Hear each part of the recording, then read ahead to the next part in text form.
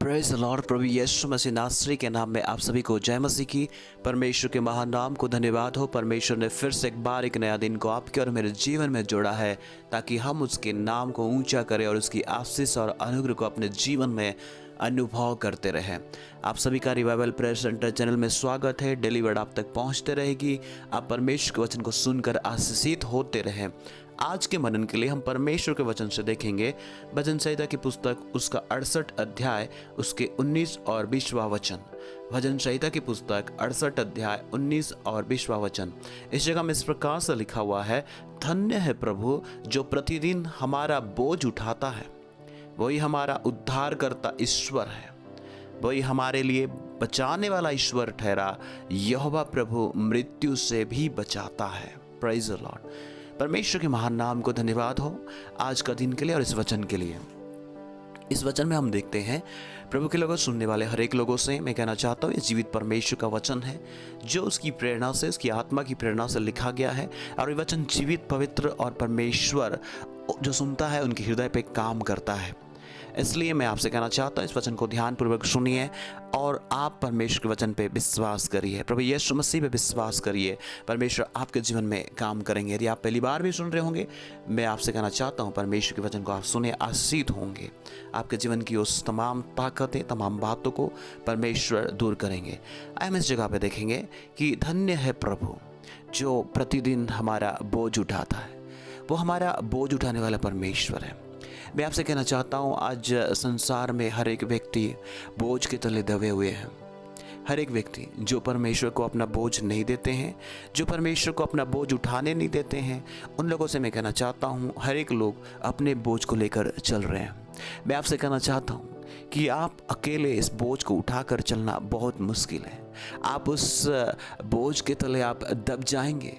आप उस बोझ के तले दबकर कई लोग उठ नहीं पा रहे हैं। आज वचन को सुनने वाले हर एक लोगों से मैं कहना चाहता हूँ कि परमेश्वर हमारा बोझ उठाने वाला परमेश्वर है। वो परमेश्वर जो आपकी हर एक बातों को जानता है। वो परमेश्वर जो आपके जीवन की हर एक हालातों को जानता है, हर एक परिस्थितियों को जानता है कि आपके जीवन में कौन से बोझ को लेकर आप चल रहे हैं। शायद हो सकता है किसी कर्ज का बोझ होगा, शायद हो सकता है कोई चिंता का बोझ होगा, शायद हो सकता है आपके फ्यूचर, आपके जो भविष्य की चिंताएं वो बोझ होगा। आपको लगता है कि आपके रिश्ता का बोझ होगा। कोई ना कोई बोझ लेकर आप अगर चल रहे हैं, मैं आज इस समय पे बताना चाहता हूँ, परमेश्वर आपके जीवन की बोझ को हटाना चाहता है। परमेश्वर आपके जीवन की तमाम बोझ को हटाना चाहता है। कोई ऐसा बोझ होगा जिससे आप निकल नहीं पा रहे, कि आप दबे जा रहे हैं, हर दिन दबते जा रहे हैं। हर दिन आपको लग रहा है कौन इससे छुटकारा देगा, कौन आपको बचाएगा इस बोझ से। मैं आज बताना चाहता हूँ, वो परमेश्वर है जो आपके बोझ को उठाना चाहता है। वो परमेश्वर जो आपको हल्का करना चाहता है। वो परमेश्वर है जो आपको आज़ाद करना चाहता है। वो परमेश्वर सर्वशक्तिमान परमेश्वर है। सारे कायनात को बनाने वाला परमेश्वर है। आपको और मुझे सृष्टि करने वाला परमेश्वर है। वो सृष्टिकर्ता ईश्वर है। सारे संसार का मालिक है। वो एक देश या एक शहर या एक जाति का परमेश्वर नहीं, बल्कि हर एक जाति, हर एक भूमंडल का परमेश्वर है। तारा, नक्षत्र, हर एक चीज़ों को बनाने वाला प्रभु है। सूरज, चांद, हर एक का सृष्टिकर्ता परमेश्वर है। इसलिए तो वो सर्वशक्तिमान प्रभु है कि आपके जीवन की बोझ को कोई नहीं जानता, लेकिन वो परमेश्वर जानता है। आप कौन सा बोझ को लेकर चल रहे हैं। प्रभु के लोगों, मैं आज नहीं जानता हूँ, पर इतना जानता हूँ, मेरा परमेश्वर सर्वशक्तिमान प्रभु है जो आपके जीवन की बोझ को भी हटा देगा। आपके जीवन की उस समस्या की बोझ को हटा देगा। आपके जीवन की उस रिश्ता की बोझ को हटा देगा जिससे आप संघर्ष कर रहे हैं, जिससे आप छुटकारा पाने के लिए संघर्ष कर रहे हैं। मैं आज आपको बताना चाहता हूं, उस परमेश्वर के समीप आए, परमेश्वर के नजदीक आए। उसके वचन को आप सुन रहे हैं। मैं आपसे कहना चाहता हूं, उस परमेश्वर को आपके जीवन की बोझ को हटाने दीजिए।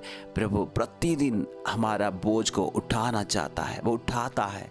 अगर हम उस बोझ में रहेंगे, दब जाएंगे, मर जाएंगे और ज़िंदगी में हम हताश और निराश होकर हम टूट जाएंगे। इसलिए मैं आपसे कहना चाहता हूँ, प्रभु के लोगों, आज यदि आप निराश है, आप किसी भी बात को लेकर आप उस बोझ के तले दबे हुए हो जिससे आप निकल नहीं पा रहे हो, शायद कोई भी बातें होंगी कि बार बार उस बोझ आपको याद दिला रहा है, शायद किसी की बोला हुआ बात होगा, कोई कर्ज होगा या कोई भी समस्या होगा, मुझे नहीं पता, पर मैं इतना बताना चाहता हूँ उस परमेश्वर को सब कुछ पता है और आपके जीवन की हर एक बोझ को हटाकर आपको आज़ाद करेगा। इसके लिए आपको परमेश्वर के समीप में आना है, इसके लिए आप परमेश्वर के नज़दीक में आना है, उसके साथ रिश्ता सही करना है। इसलिए परमेश्वर आपको और मुझे बचाने के लिए, उसके साथ हमारे मेल मिलाप करने के लिए, उसको अब्बा और पिता बुलाने के लिए हमारे लिए एक माध्यम परमेश्वर ने बनाया, एक सीढ़ी परमेश्वर ने बनाया। जब हम उससे दूर हो गए थे, जब हम उससे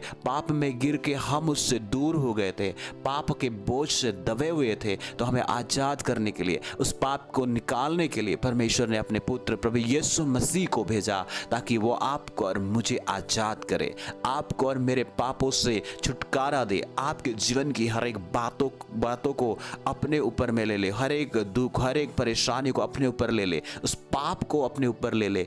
इसलिए परमेश्वर ने अपने पुत्र प्रभु यीशु मसीह को भेजा कि वो हमारे लिए मारा जाए, वो हमारे लिए गाड़ा जाए, वो हमारे लिए धर्मी बनाने के लिए, बोझ से हल्का करने के लिए तीसरे दिन जी उठे। वो मारा गया, गाड़ा गया और तीसरे दिन में जी उठा है। यदि आप विश्वास करते हैं परमेश्वर के ऊपर में, यदि आप यीशु मसीह को विश्वास करते हैं, मैं आपसे बताना चाहता हूं कि आप छुटकारा पाएंगे। आपके जीवन की समस्या की बोझ से आप छुटकारा पाएंगे, आपके हालातों की जो बोझ है उससे आप छुटकारा पाएंगे। आपको समझ में नहीं आ रहा है क्या करना है, आप इस बात को समझिए, परमेश्वर आपको समझ देगा। परमेश्वर के नज़दीक में आए, मन फिराए, पश्चाताप करे, अपने गलती को माने, उसे छोड़ दे, परमेश्वर के नज़दीक में आए, परमेश्वर को बुलाए। परमेश्वर तू मेरे हृदय पे आ जाए, यीशु मसीह तू मेरे हृदय पे आ जाए। वो परमेश्वर ही है जो प्रतिदिन हमारा बोझ को उठाता है, प्रतिदिन हमारे जीवन में काम करता है। इसलिए उसके नज़दीक में आए। वो परमेश्वर का हमारे लिए चिंता करता है। जब हम देखते हैं पहला पत्रस की पुस्तक 5 अध्याय उसकी 7वां वचन में इस प्रकार से लिखा हुआ है, अपनी सारी चिंताएं उस पर डाल दे क्योंकि वो हमारे लिए चिंता करता है। आज मुझे नहीं पता आप कौन से चिंता से दबे हैं, कौन से बोझ से दबे हैं, लेकिन मैं फिर से बताना चाहता हूँ, मुझे पता है वो परमेश्वर आपको उस बोझ से आज़ाद करेंगे। मुझे पता है वो परमेश्वर आपके जीवन की हर एक समस्या से आज़ाद करेंगे। आप आज़ाद हो जाएंगे। आपके जीवन की बोझ प्रतिदिन, अगर आपके जीवन में प्रतिदिन जब परमेश्वर से आप जुड़ जाते हैं, उस पर विश्वास करते हैं, आप अपने आप को उसके हाथों में सौंपते हैं, प्रतिदिन आपके बोझ उठाएगा। इसलिए तो परमेश्वर कहता है कि आप अकेले नहीं हैं, वो आपके साथ में है। आपके समस्या का सामना करने के लिए, आपके उस बोझ को उठाने के लिए परमेश्वर आपके साथ होंगे और परमेश्वर आपके जीवन की बोझ को उठाएंगे। और परमेश्वर आपको और मुझे, हमारे जीवन को बचाने वाला परमेश्वर है। हम इस वचन में देखते हैं वही हमारे लिए बचाने वाला ईश्वर ठहरा है। यहोवा प्रभु मृत्यु से भी बचाता है। यदि आप जीवित पाए जाते हैं आज, तो परमेश्वर की प्यार है, परमेश्वर हमें बचाया है कि उसकी योजना हमारे जीवन में और भी पूरा होना बचा हुआ है, और भी परमेश्वर को गहराई से जानना बचा हुआ है, और भी परमेश्वर की काम इस संसार में करना बचा हुआ है। इसलिए आज जो जीवित है सिर्फ परमेश्वर हमें बचाया है।